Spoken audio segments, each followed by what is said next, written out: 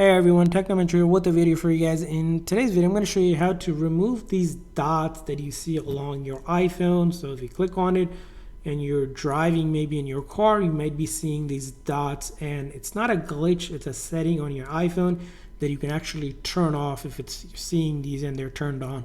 So in order to do that, you're going to go into your setting like I am here. From there on, you're going to go to accessibility, and from accessibility here, you're going to see a vision option here, and right under vision it's going to say motion. So you're going to click on motion, and then from there on you'll see a setting that says show vehicle motion cues.